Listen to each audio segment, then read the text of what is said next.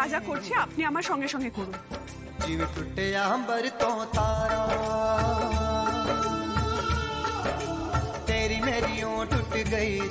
আপনাকে একটা কথা বলতে চাই, আপনার থেকে একটা অনুমতি নিতে চাই বাবা। বলো না, বলো কিসের অনুমতি বল। বলছিলাম যে গার্গী একটু কদিন এখন আমাদের বাড়িতে থাকবে, ওর একা থাকাটা ঠিক নয়। হ্যাঁ, একদম ঠিক কথা বলেছো বৌমা, আমিও ঠিক এই কথাটাই ভাবছিলাম। আমি যে মেয়েটিকে দেখেছি সে ভগবানের অফিসেই চাকরি করে, আর ওই গৃহপ্রবেশে তোদের বাড়িতেও এসেছিল। বাবা, কথাটা গার্গীকে কিভাবে বলবো বলুন তো? সেটাই তো ভাবছি বৌমা, দেখি লগা আসুক। 5টা বছর, একটা দুটো দিন নয় আয়ের। পারবে একা থাকতে?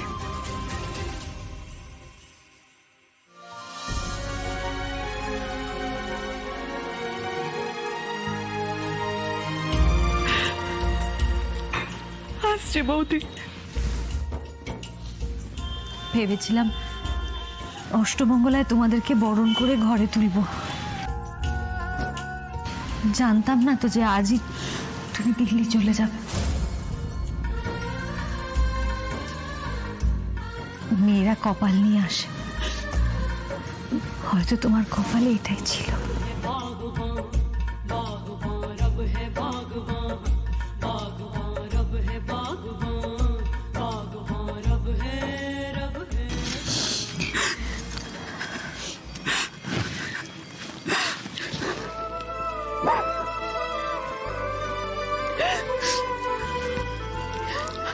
আসছি দিয়া।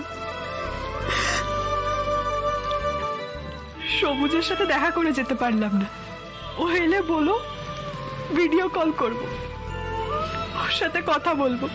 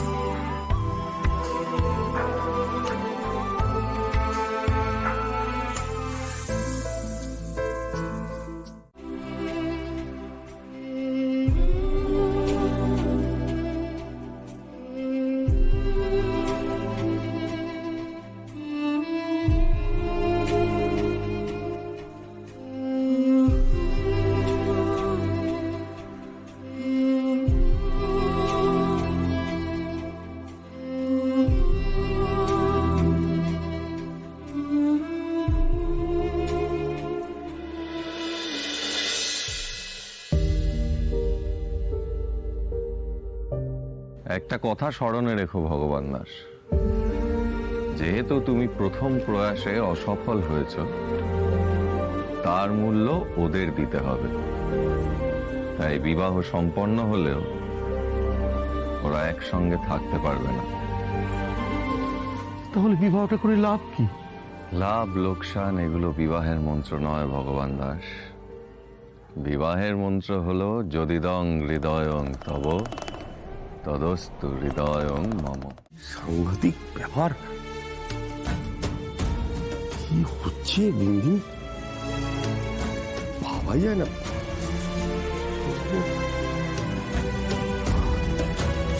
কি হলো ব্যানার্জি বাবু? হ্যাঁ, কি এত মন দিয়ে পড়ছে? বলবেন না স্যার, একটা সাংঘাতিক খবর আছে। কলেজের কিছু ছেলে একটা র্যাকেট বানিয়েছে জানেন। তারা সব মানে হেভি ড্রেস ফ্রেস করে অল্প বয়সী মেয়েদের সুন্দর দামি দামি সব গিফট দিয়ে আরে প্রথমে মন জয় করে নিচ্ছে, তারপর মেয়েগুলোর কি হচ্ছে কোনো হদিশই পাওয়া যাচ্ছে না। তার থেকে একটা বড় খবর আমি আপনাকে দিচ্ছি। কিরকম? এই যে গার্গীর হঠাৎ করে চাকরি ছেড়ে দেব, হ্যাঁ। এটা কিন্তু বড় সাহেব মন থেকে মেনে নিতে পারেন। তাই অফিসে নতুন মেয়ে রিক্রুট করা হচ্ছে, আবার তাকে নাকি বিশেষ দায়িত্ব দিয়ে পাঠানো হচ্ছে। তাই বলছিলাম যে সবাই একটু সাবধানে থাকবে।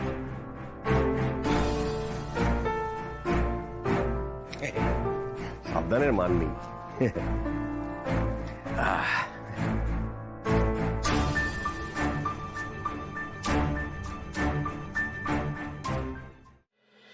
ভগবান স্যার, এই যে চা।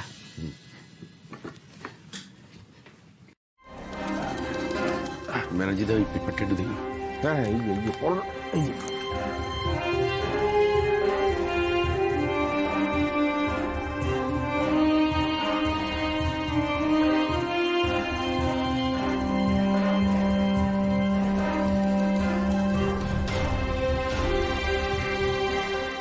আমারও তো মেয়ে আছে, চিন্তা হয়। দিয়া বড় হচ্ছে।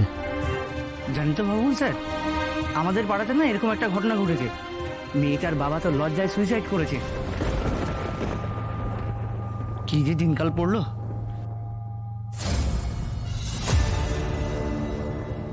আমার মেয়ের সঙ্গে যদি এরকম কিছু হয়, দিয়াকে আজকেই সাবধান করে দিতে হবে।